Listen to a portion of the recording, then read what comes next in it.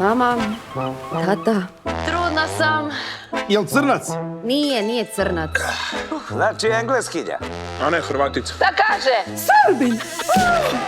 Ovaj dio Jadrana nije toliko razvikan. Vukojebina. Robinzonski turizam, bit ćemo srećni ovde. Jel u pitanju je ministar države. Šta smo mi? Seljačine? Joj, samo da sve dobro prođe s mojim i tvojim starim. Veruj mi, moj čale ti je maher za diplomatiju. Ja ti bre, govna i ti tvoje evropske bre. Ti materina, prš! I šta ćemo sad? Imat ćemo 2 svadbe.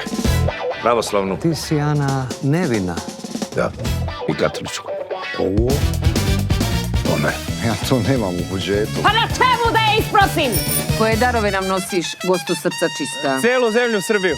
Koja će nam to kurac? Budimire, šta je ovo? Rekli ste gazda za 5 eura.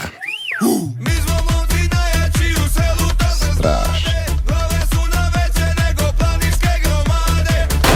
Težak život, kuje! Ovo vam je isto neki rod. Nije, hvala Bogu. Majka ti opet pije!